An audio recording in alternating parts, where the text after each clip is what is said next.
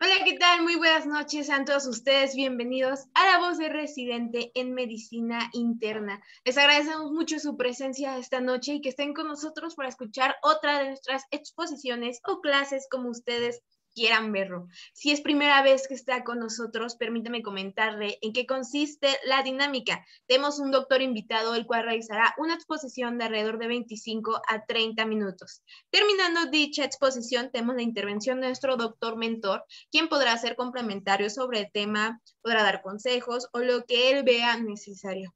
Igual les recuerdo que estamos completamente en vivo por Facebook y también por vía Zoom. En caso de que usted nos esté viendo vía Zoom y guste hacer algún comentario, pregunta o felicitaciones, que también son súper bienvenidas, pueden hacer una parte de abajo del chat. Y si nos están viendo por Facebook, por la página de Yo Soy Médico 17, puede hacerlo en la parte de comentarios, o si solamente quieren poner un me gusta o un me encanta, también son súper bienvenidos. Así yo podré leérselos a los doctores y podrán contestar sus preguntas o saber sus comentarios y felicitaciones. Terminando esa pequeña sección, en caso de que exista, vamos a pasar a conclusiones de ambos médicos. Les recuerdo que nos encuentran en Instagram y en Facebook como La Voz de Residente y en Facebook como Medical Legal Center.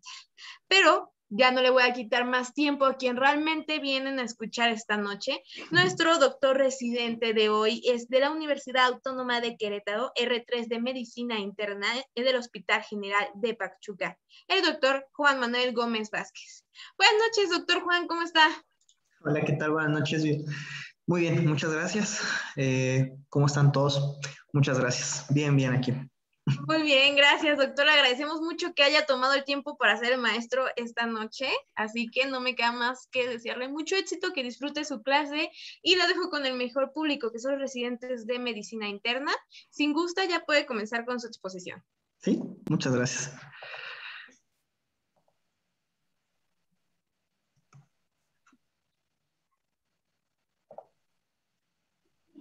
Ahí ya la estamos viendo en chiquito. Muy bien, pues muy buenas noches a todos. Voy a darles una pequeña revisión de la guía del 2019 para el diagnóstico y tratamiento de la embolia pulmonar aguda. Antes que nada, quiero agradecer al doctor Marco García Méndez por haberme invitado aquí, a mi coordinador de carrera, el doctor Navachapa, y al doctor Hernández, que fue el médico que me asesoró para dar un poquito, para dar esta clase. Les agradezco mucho que me hayan permitido esta oportunidad. Y pues sin más, vamos a empezar. Vamos a dar una pequeña revisión de esta guía. Pues la agenda del día, vamos a ver un poquito de la epidemiología, vamos a ver los factores de riesgo asociados, vamos a explicar brevemente la fisiopatología y nos vamos a enfocar en lo que es la guía, el diagnóstico, clasificación, escalas de probabilidad y el tratamiento con las escalas de riesgo. Entonces, vamos a ver que la enfermedad tromboembólica venosa, cuya presentación clínica es la trombosis venosa profunda o la tromboembolia pulmonar, va a ser el tercer síndrome cardiovascular agudo más frecuente, después del infarto de miocardio y el ictus, o el evento vascular cerebral. Como pueden ver ustedes aquí, se presenta la incidencia, vean ustedes, isquemia, un infarto, evento vascular cerebral, después la fibrilación auricular, y como pueden ver ustedes en incidencia, el tercer lugar lo ocupa el tromboembolismo pulmonar. Alrededor de 300,000 personas al año mueren por una tromboembolia pulmonar en Estados Unidos. Y como sabemos nosotros, hay factores de riesgo asociados, por ejemplo, los anticonceptivos orales que te dan un riesgo relativo de alrededor de 1.8. La guía nos los divide de acuerdo al odds ratio. Vean ustedes, el odds ratio de 10 o los que más riesgo te dan es haber tenido una fractura de extremidad inferior, haber estado hospitalizado por insuficiencia cardíaca o FA, reemplazo de cadera, por decir algunos ejemplos. Aquellos que te dan un factor de riesgo moderado de 2 a 9, por ejemplo, están los anticonceptivos orales, la quimioterapia, la transfusión de sangre, las enfermedades autoinmunes, la misma trombosis venosa superficial o la trombofilia. O factores de riesgo leve, el reposo o la éstasis, la diabetes mellitus, la hipertensión arterial, la edad, la obesidad, el embarazo. Entonces, aquellos pacientes que tienen una trombosis venosa profunda o una tromboembolia pulmonar tienen alto riesgo de desarrollar en el primer año un evento vascular cerebral o un infarto, como pueden ustedes ver en esta tabla. Vean ustedes cómo aquellos pacientes que tuvieron una embolia pulmonar tienen un factor de riesgo aumentado para presentar un infarto o un evento vascular cerebral. Ahora bien, la fisiopatología. Sabemos que la fisiopatología es que, en muy general, el desprendimiento de un émbolo que se dirige a la circulación arterial del pulmón. Entonces, ¿qué va a pasar? Este émbolo que llega a la circulación arterial va a tapar la arteria y eso va a causar que ese ventrículo derecho esté luchando contra presión. Como lo pueden ver ustedes en este pequeño esquema, entonces esto va a llevar a aumento de la poscarga, dilatación del ventrículo derecho, insuficiencia del mismo ventrículo, aumento de la tensión de la pared del ventrículo derecho. Esto nos va a llevar a isquemia del ventrículo, disminución de la contractilidad, disminución del gasto cardíaco, disminución de la perfusión coronaria del ventrículo derecho. Esto nos va a llevar a una alteración del suministro de oxígeno y por lo tanto nos va a llevar a un choque obstructivo. ¿Por qué va a ser un choque obstructivo? Bueno, porque la asincronía de los ventrículos, porque el ventrículo derecho está luchando contra presión, va a hacer que el septum entre hacia el ventrículo izquierdo, ¿ok? Entonces eso va a impedir que el ventrículo izquierdo nos dé sangre de la circulación sistémica, ¿ok? Entonces es un choque obstructivo. Eso es en general en la fisiopatología. Ahora, lo más importante que te dice la guía es cómo diagnosticar una tromboembolia pulmonar. La presentación clínica de una tromboembolia pulmonar es muy inespecífica. Los signos y síntomas son muy inespecíficos. Pueden darnos disnea, dolor pleurítico, tos, ortopnea, sibilancias, aumento de la sensibilidad. Como signos podemos encontrar hinchazón de la pantorrilla o el muslo, estertores, un aumento del tono del segundo ruido cardíaco, fiebre, disminución de los ruidos pulmonares. Entonces, como ven, esto es muy inespecífico. Entonces, podríamos pensar con estos signos y síntomas en un infarto, en una neumonía. Entonces, ¿qué tenemos que hacer? Como es muy inespecífico, vamos a basar todo nuestro diagnóstico en escalas de probabilidad, que vamos a ver más adelante, ¿no? Que ahorita les voy a explicar. Otra de las situaciones que vamos a encontrar es un complejo S1, Q3 y T3 en alrededor del 15% de los pacientes. Lo más común que vamos a encontrar en el electrocardiograma va a ser una taquicardia sinusal. Otro de los hallazgos es un bloqueo de rama derecha, ¿ok? Eso en cuanto al electrocardiograma en relación a nuestras herramientas de diagnóstico. También vamos a utilizar las pruebas de imagen que van a ser muy importantes para el diagnóstico y en este caso vamos a ver defectos de llenado. Ahora, lo más importante de la guía es cómo clasificar a la tromboembolia pulmonar. Una vez que ustedes tienen ya la sospecha de que ese paciente tiene una tromboembolia pulmonar, vamos a clasificarlo. ¿Cómo lo vamos a clasificar? A ese paciente lo vamos a clasificar como estable, inestable. El paciente inestable inmediatamente cae en la clasificación de alto riesgo. El paciente estable vamos a clasificarlo como de bajo o intermedio riesgo. Pero para llegar a esta clasificación, primeramente tenemos que hacer objetivo el diagnóstico. ¿Y cómo lo vamos a hacer? Con marcador, con escalas de probabilidad. Y lo vamos a dividir como alto, intermedio o baja probabilidad. Y vamos a utilizar herramientas de diagnóstico. Entonces, bien les decía, aquellos pacientes que tienen alto, que llegan inestables hemodinámicamente, caen en la clasificación de alto riesgo. Esto es muy importante porque después vamos a hablar del tratamiento.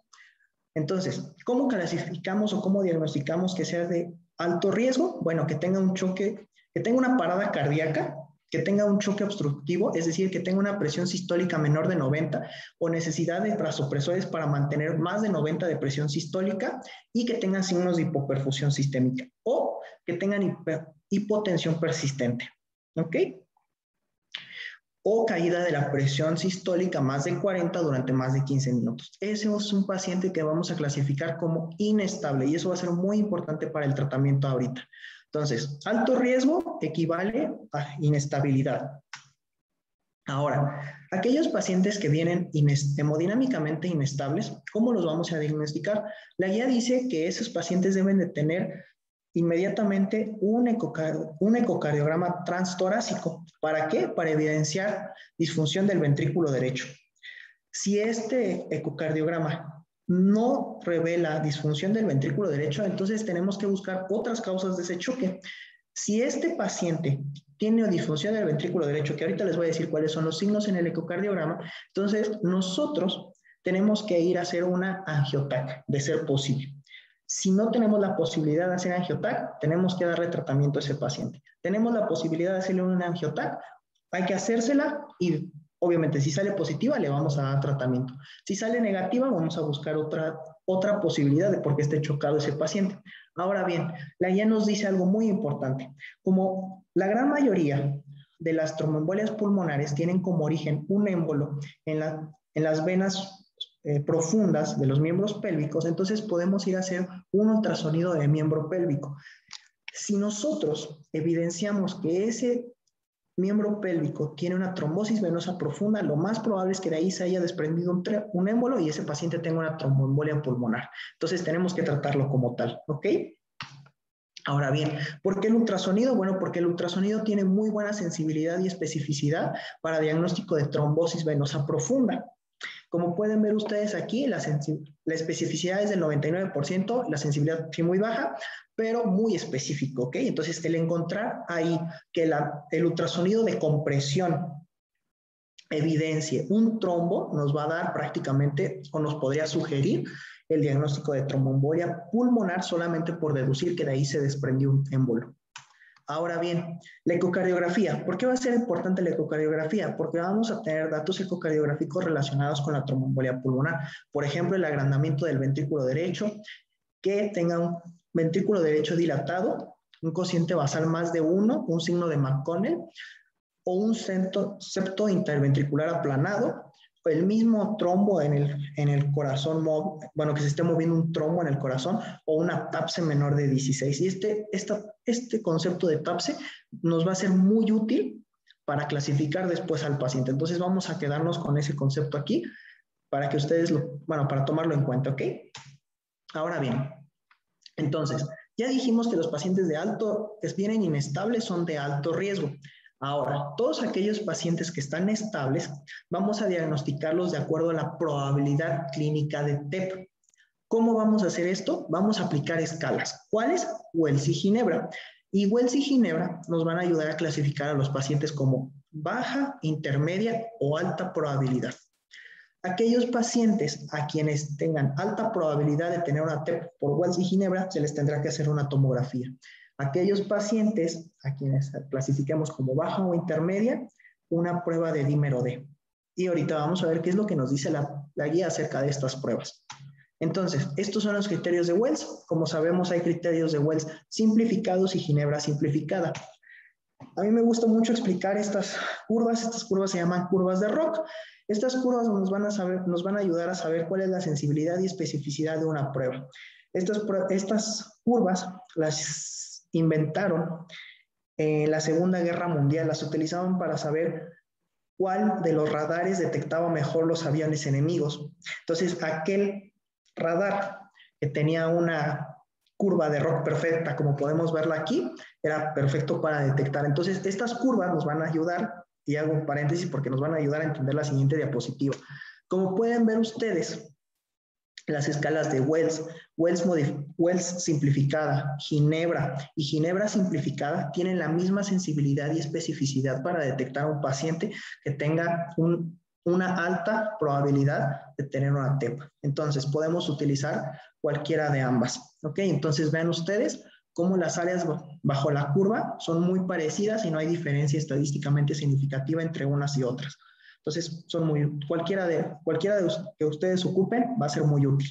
Entonces, ya tenemos clasificado a nuestro paciente. Vean ustedes cómo la sensibilidad de los criterios originales de Wells es muy parecida con los simplificados. La sensibilidad y la especificidad son muy parecidas, ¿ok? Entonces, por eso podemos utilizar cualquiera de ambas.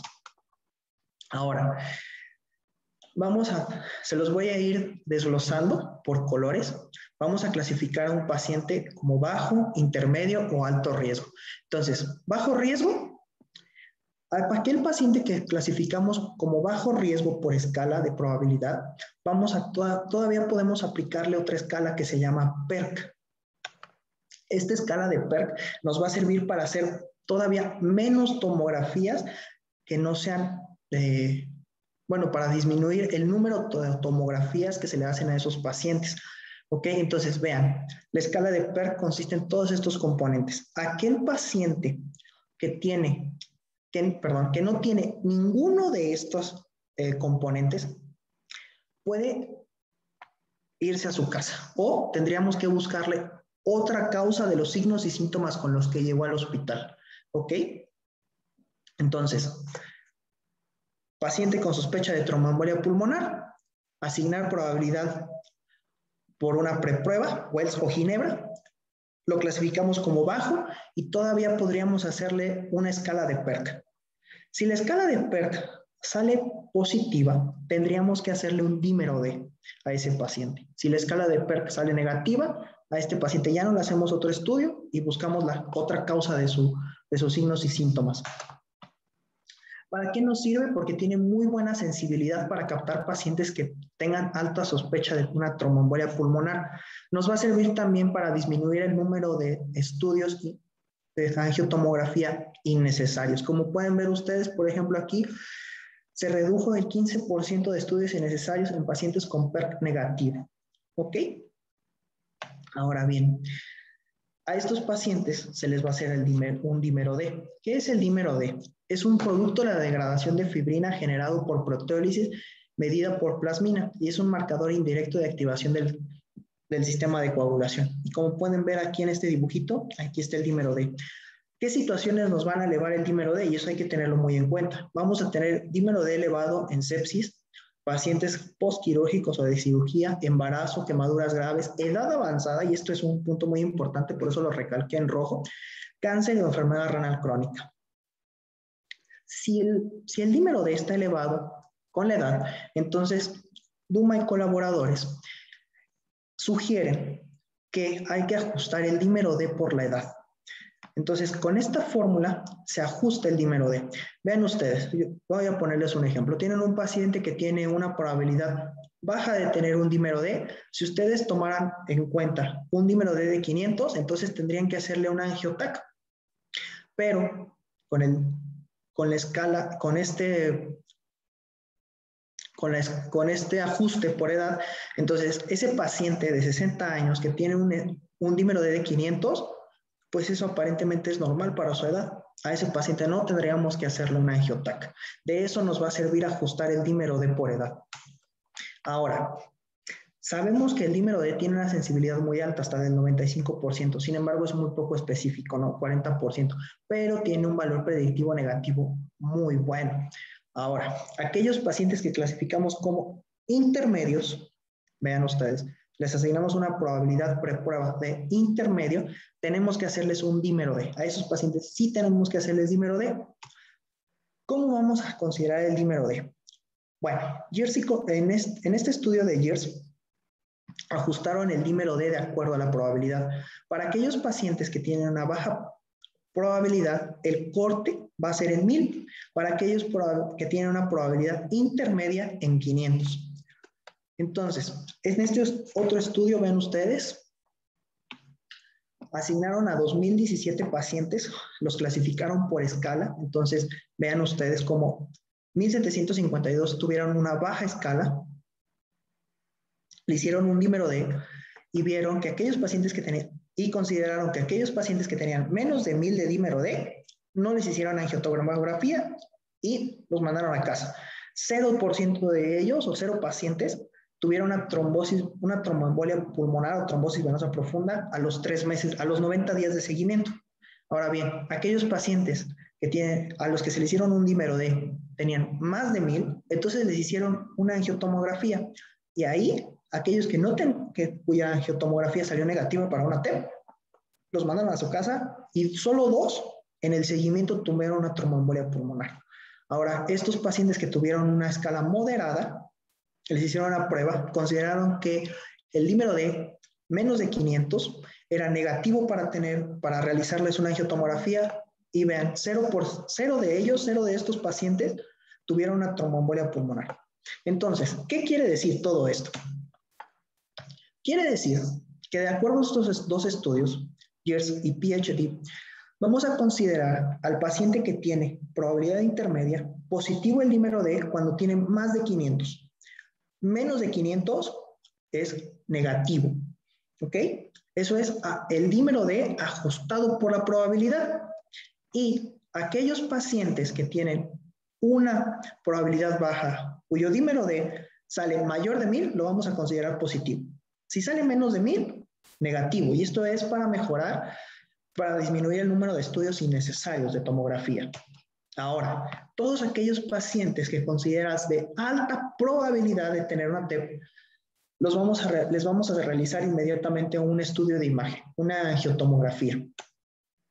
¿Por qué una angiotomografía? Bueno, porque en el estudio PIOPET 2 nos dice que las angiotac tienen una sensibilidad del 83% y una especificidad del 96% para detectar una angiotac, una tromboembolia pulmonar. Ahora, la angiotac va a ser nuestro estudio de referencia. Vamos a tener otros como la gamografía o la angiografía por cateterismo. La gamografía la vamos a hacer en aquellos pacientes que tienen contraindicado una angiotac o que la angiotac salió inconclusa. Y antes considerábamos la angiografía por cateterismo como el gold estándar. Pero, porque la angiotac es la mejor prueba disponible, pues la guía sugiere hacerles una angiotac. ¿Cómo vamos a tratar a este paciente? Entonces, ya diagnosticaron ustedes al paciente, ya dejamos las escalas de probabilidad, ahora vamos al tratamiento. Bien, yo les decía, clasificación, alto riesgo, intermedio y bajo riesgo. Estos pacientes de intermedio y bajo riesgo vienen de los diagnosticados por probabilidad. Todos estos pacientes diagnosticados ahora los vamos a clasificar en intermedio y bajo riesgo. Recuerden, alto riesgo es el paciente que viene hemodinámicamente inestable y estos están hemodinámicamente estables. Ahora, así se clasifican. Y esto va a ser muy importante para el tratamiento. Entonces, ¿cómo vamos a tratar a aquellos pacientes que están hemodinámicamente inestables y que están clasificados por definición de alto riesgo? Bueno, pues les vamos a administrar de manera precavida líquidos o una carga de líquidos. Vamos a usar agentes vasopresores como norepinefrina o dubutamina y en caso de que esto no funcione, vamos a utilizar membrana extracorpórea. Todos estos pacientes que clasificamos como de alto riesgo, inestables, y de intermedio riesgo, tenemos que darles heparina de bajo paso molecular. ¿Ok? Entonces, ¿qué vamos a utilizar en estos pacientes? Trombólisis medicamentosa o trombectomía. La trombectomía solo va a ser cuando falle la trombólisis o cuando los trombos sean muy proximales. Recordar que la heparina se debe de ajustar de acuerdo al TTPA, ¿ok? Aquí está la tablita, siempre hay que recordarnos de esto. Ahora, ¿con qué lo vamos a trombolizar a este paciente? Con acteplasa, 100 miligramos durante 2 horas, ¿ok? Entonces, aquellos pacientes de alto riesgo se trombolizan. ¿Ok? Y si esto no funciona, pues los vamos a pasar a membrana extracorpórea. Ahora, aquellos pacientes que no tienen inestabilidad hemodinámica los vamos a estratificar por riesgo. ¿Cómo? ¿Sale? Ahora, yo les decía que iba a ser muy importante realizarles ecocardiografía a estos pacientes. ¿Por qué? Porque tenemos que evaluar ese ventrículo. Aquel paciente que tiene aumento del ventrículo derecho, aumento de la relación ventrículo derecho-izquierdo más de 1, tienen alta probabilidad de mortalidad. Y aquel paciente que tiene una TAPSE menor de 16 también es un marcador de mortalidad. Veanlo ustedes aquí en esta tabla, como aquellos pacientes que tienen una TAPSE mayor a 20, pues tienen mayor probabilidad de sobrevivir contra aquellos pacientes que tienen una TAPSE menor de 15. Todos estos pacientes que tienen una TAPSE menor de 15 tienen una menor probabilidad de sobrevivir. Y el TAPSE que vamos a considerar en estos pacientes es de 15. Menos de 15 o menos de 16, por sensibilidad y especificidad, es el punto de corte para decir que esos pacientes tienen una alta probabilidad de morirse. ¿ok? Que tienen un factor de riesgo de mortalidad. Ahora, también vamos a utilizar marcadores bioquímicos, ¿como cuál? Como las troponinas. Vean ustedes cómo el aumento de las troponinas está relacionado con la mortalidad. Aquellos pacientes que tienen más de 14 picogramos por mililitro de troponinas y asociados a un PESI más de 1, tienen más probabilidad de muerte. Vean en esta tablita, ¿okay? Hasta 10 veces más de probabilidad de muerte. Entonces, otro marcador de mortalidad, las troponinas. Otro que podemos ocupar, bueno, perdón, aquí, como ven ustedes en la tablita, el mejor punto de corte para sensibilidad y especificidad de las troponinas es 14. Ahora, otro de los laboratorios que podemos utilizar es el ProBNP. Aquellos pacientes que tienen más de 600 de ProBNP tienen 10% de riesgo de muerte precoz y un 23% de un resultado clínico adverso. Y ustedes lo pueden ver aquí. ¿Ok? Hasta 10 veces más, 10% de riesgo de muerte precoz. ¿Ok? Son marcadores de mortalidad. Ahora, ¿cómo vamos a evaluar la gravedad de la embolia pulmonar? Si bien hasta ahora no están bien validadas esas escalas, la guía ya las menciona. BOVA Score y FACET Score son guías que vamos a utilizar en el futuro para poder clasificar a estos pacientes. Mientras llegan estas escalas, nosotros vamos a utilizar PESI Score. Aquellos pacientes que caen en clase 1 y clase 2, de acuerdo al puntaje, vamos a clasificarlos como de bajo riesgo. Aquellos pacientes que tienen una clase 3 y 4 y 5, vamos a clasificarlos como intermedio y todavía estos los vamos a tener que clasificar como de intermedio alto e intermedio bajo riesgo. Entonces, ¿lo ven ustedes aquí? ¿Y cómo vamos a decidir si este paciente tiene un intermedio o un intermedio bajo riesgo? Vamos a decidirlo de acuerdo a la escala de PESI y vamos a decidirlo si tiene uno o más marcadores de mortalidad. ¿Cuáles son esos marcadores de mortalidad? La disfunción del ventrículo derecho por ecocardiograma o por angiotaca, o que tengan elevación de las troponinas. ¿Ok? Entonces, si un paciente tiene uno o más de estos factores, ese paciente es de alto intermedio riesgo. Si tiene solo uno es de intermedio bajo riesgo y el no tenerlo clasifica como de bajo riesgo. ¿Para qué nos va a servir esto? Nos va a servir, bueno, importante saber qué vamos a hacer. Entonces, paciente que no tiene inestabilidad hemodinámica, vamos a clasificarlo por riesgo. Si tiene 3 o 4 de PESI, entonces estos pacientes vamos a clasificarlos en intermedio alto o intermedio bajo riesgo. Aquellos pacientes que tienen troponinas negativas, solamente los vamos a hospitalizar y vigilar. O aquellos pacientes que tienen un riesgo intermedio o alto, a intermedio alto riesgo, vamos a monitorizarlos porque estos pacientes tienen alta probabilidad de pasar a inestabilidad hemodinámica. Y estos pacientes, cuando caen en inestabilidad hemodinámica, tenemos que trombolizarlos. Ojo, bueno, todos los pacientes tienen que tener anticoagulación, eso es muy importante. Y, punto importante, esto dice la guía, esto sí quiero aclararlo, esto es lo que dice la guía de práctica clínica del 2019. Un paciente que tiene un riesgo intermedio alto no es sugerente de darle trombólisis. ¿Por qué? Vean ustedes, en estos estudios, aquellos pacientes a los que trombolizaron, pues sí, efectivamente, se mueren, les va mejor en cuanto a mejoría hemodinámica, ¿ok? Sí, mejoran hemodinámicamente, pero ¿qué creen? Sangran más, ¿ok? Y cuando lo sigues en el tiempo, como pueden ver ustedes aquí, en el seguimiento en el tiempo, no hay diferencia estadísticamente significativa, se mueren igual, ¿ok? No trombolizarlos y trombolizarlos de acuerdo a estos estudios. Ahora bien, si estos pacientes caen en inestabilidad hemodinámica, de acuerdo a lo que dice la guía, hay que trombolizarlos. Todavía, aquellos pacientes, antes de mandarlos a su casa, aquellos pacientes que tienen bajo riesgo, podemos aplicarles esta escala que se llama escala de Hestia. Si ese paciente cumple alguno de estos, se tiene que quedar hospitalizado. Si no tiene ninguno de estos, puede seguir, puede irse a casa anticoagulado. Ahora, tenemos que saber a quién vamos a dejar anticoagulado y cuánto tiempo.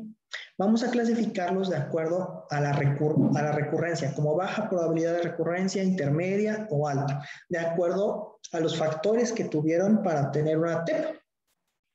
Por ejemplo, bajo riesgo, aquel paciente que tiene una anestesia general durante más de 30 minutos o que tuvo un traumatismo con fracturas, por ejemplo. O aquel paciente que tiene alto riesgo, y esto es bien importante, los pacientes con cáncer tienen que estar anticoagulados porque tienen alto riesgo de tener una TEP. Bueno, entonces esos pacientes tenemos que anticoagularlos durante más de 3 meses. ¿Y cuánto tiempo inicial? Bueno, la guía dice 3 meses. ¿Por qué 3 meses? Vean ustedes esta escala. Probabilidad de tener una trombosis venosa profunda. Esto es para trombosis venosa profunda, pero está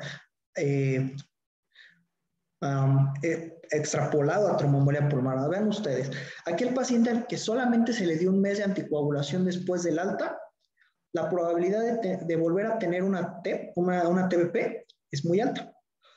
Contra aquellos pacientes a los que se les dio al menos 3 meses de anticoagulación, vean qué diferencia hay en haberles dado 3 meses de anticoagulación, les previenes la recurrencia. Entonces, al menos 3 meses se tienen que ir anticoagulados esos pacientes a su casa, y aquí está la recomendación, como ustedes pueden ver en la tablita. Ahora, ¿a quién les vamos a dejar más de 3 meses? Perdón, bueno, aquí es menos de 3 meses. Menos de 3 meses aquellos pacientes que tú identificaste el factor de riesgo. Yo les diría, por ejemplo, aquel paciente, un adulto mayor que se fractura y tú sabes que la fractura fue la que le propició esa tromboembolia pulmonar, quizá ese paciente pues ya no requiera más anticoagulación profiláctica después de los 3 meses. Aquel paciente a quien no se ha identificado qué le causó la tromboembolia pulmonar, a ese paciente tenemos que considerar darle más de 3 meses de anticoagulación, ¿ok? Entonces, fíjense, por ejemplo, se debe considerar continuar indefinidamente la anticoagulación oral de los pacientes con un primer episodio de TEP sin un factor de riesgo identificable. Aquel paciente al que no sabes por qué le dio una TEP, debes de dejarlo anticoagulado. Y después evaluarás su riesgo de tenerlo, de mantenerlo anticoagulado. Vean, este es el tratamiento. Entonces, los pacientes inicialmente deben de tener anticoagulación el tratamiento inicial es considerado entre los primeros 5 a 21 días. ¿Con qué? Con apixaban, dabigatran, endoxaban o rivaroxaban. Idealmente deberían de tener nuevos anticoagulantes orales, de acuerdo a lo que nos dice la guía. ¿Cómo? Bueno, por ejemplo, el apixaban 10 miligramos 2 veces al día vía oral por 7 días y después lo cambias a 5 miligramos y después 2.5 miligramos. O el dabigatran, por ejemplo, 150 miligramos 2 veces al día, precedido por heparina de bajo peso molecular. ¿Ok? Y aquí es en donde a los 3 meses deberías de considerar si ese paciente requiere más anticoagulación. Y bueno, pues esa es mi revisión de la guía. A todos los que me están viendo les recomiendo que entren a esa página para sus presentaciones. Es una página en donde nos dan esquemas de fisiopatología. Espero que les sea muy útil para sus próximas presentaciones. Les recuerdo, yo estoy en la ciudad de Pachuca. Aquí vemos el reloj de Pachuca. Ese es mi hospital, el Hospital General de Pachuca. Y en la foto ven a mis compañeros residentes. A todos ellos les mando un fuerte un saludo desde aquí. Y pues bueno, muchas gracias por permitirme estar aquí y escuchar mi presentación. Muchas gracias, doctor Juan. Muy bonita presentación y muy bonito final. Me encanta que incluya a sus compañeros. Le agradecemos mucho. Si ustedes, que nos están viendo y de quieren hacer alguna pregunta al doctor Juan o a nuestro doctor mentor sobre el tema, o si quieren mandar felicitaciones, que también son súper bienvenidas, o comentarios, con mucho gusto pueden hacerlo en la parte de chat si nos están viendo por Zoom o si lo están viendo por Facebook en la parte de comentarios. Ahora me gustaría pasar a ceder la voz a nuestro doctor mentor de la noche, el doctor Marco García. Buenas noches, doctor Marco. Hola, doctor, buenas noches. Buenas noches, doctor. ¿Me regala sus comentarios de la exposición, por favor? Sí, claro que sí. Digo, una presentación muy interesante. Es un reto diagnóstico, definitivamente, y ahorita que estamos viviendo esta pandemia tan cruenta, tan cruel que hemos tenido, pues han incrementado mucho estos casos. Realmente quiero felicitar al doctor Juan Manuel, una presentación excelente, me gustó mucho. Digo, él es un residente de alta calidad, al igual que todos nuestros residentes de Hospital General. Agradezco su invitación, como las veces anteriores, y pues ahí estamos al pendiente. Muchas gracias, doctor Marco. Voy a pasar a leer comentarios porque no veo más que felicitaciones, no veo preguntas, pero Gracias. de cualquier manera me gusta leerlos. En Facebook estoy viendo Lidia Díaz, dice buenas noches, excelente. También veo otro comentario de Jorge que dice excelente presentación. Muchas gracias. Otro comentario manda saludos desde Puebla y también Carlos comenta muy buena presentación, gracias, doctor Juanito. También aquí estoy viendo otras dos felicitaciones de Cristian, que dice, felicidades doctora, excelente plática. La doctora Florian comenta, excelente ponencia y ponente, gracias. Y Nayeri comenta, gracias doctor, felicidades, una carita feliz. Veo ahora sí una pregunta del doctor Emanuel que dice, ¿qué opinas del estudio MOPET y trombolisis de pacientes con riesgo intermedio? Bueno, mira, la verdad es que no he leído el estudio, pero platicaba con el doctor Hernández, que es el neumólogo de mi hospital, al respecto. Y mi residente R4 también me lo comentaba. Me decía el doctor Hernández, por ejemplo, que aquellos pacientes que tenían altos requerimientos de oxígeno, él había visto que esos pacientes, si los trombolizabas, pues mejoraban mucho, que caían en esa escala de alto, intermedio, alto riesgo, ¿no? Esos pacientes, si los trombolizas, pues mejoran mucho. La verdad es que no he leído el estudio de MOPET, pero con todo gusto me voy a sentar a leerlo en estos días para después ya tener un comentario al respecto. Pero bueno, esto es lo que dice la guía, ¿no? Al menos la guía, hasta donde yo me acuerdo, no lo menciona y hace mucho hincapié en que estos pacientes pues tienen alto riesgo de sangrado, ¿no? Por eso no lo recomienda, ¿no? Muy bien, gracias, doctor Juan Manuel. También veo otro comentario de Teresa que dice, muy buena presentación, muchísimas gracias. Así que realmente leo nomás comentarios de felicitaciones, así que podemos pasar ya a la conclusión. ¿Me regala su conclusión, doctor Juan?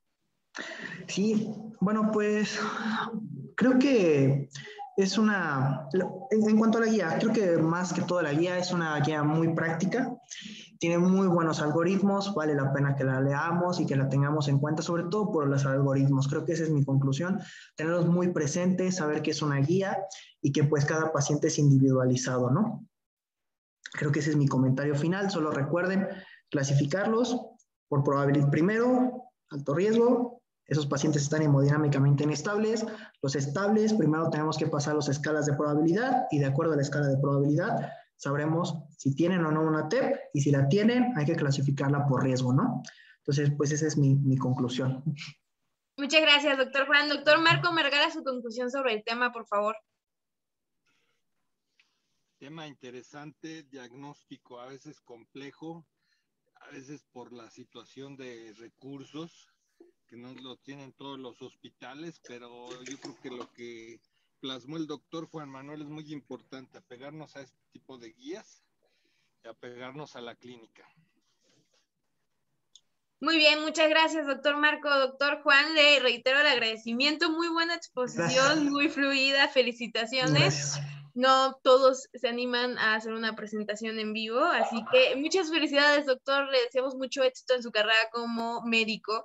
Me gustaría Gracias. ahora dirigirme a ustedes públicos. Si quieren volver a revivir la exposición del doctor Juan y los comentarios del doctor Marco, lo que pueden hacer es entrar a la página de YouTube y buscar La Voz de Residente. Ahí van a encontrar La Voz de Residente en Medicina Interna todos los miércoles y este 25 de agosto encontrarán la presentación del doctor Juan Manuel Gómez para poder volver a revivirla y poder estudiar esa guía que hoy nos ha enseñado. También me gustaría recordarles que nos encuentran otra vez en Facebook y en Instagram como La Voz de Residente y me gustaría dirigirme ahora a usted, jefe o jefa de residente, si requiere una de nuestras pláticas de adiestramiento o capacitación para temas médicos legales, por favor comuníquese con nosotros al correo electrónico atención.mlc@gmail.com, atención sin acento.mlc@gmail.com y está recibiendo nuestras pláticas de manera gratuita en esta temporada de pandemia. Muchas gracias por su tiempo, doctor Juan. Gracias. Muchas gracias por su tiempo, doctor Marco. Buenas Y noches. nos vemos mañana en La Voz de Residente en Oftalmología. Muchas gracias, doctor Juanito. Hasta luego, mucho gusto. Buenas noches. Hasta Gracias luego, a todos. gracias.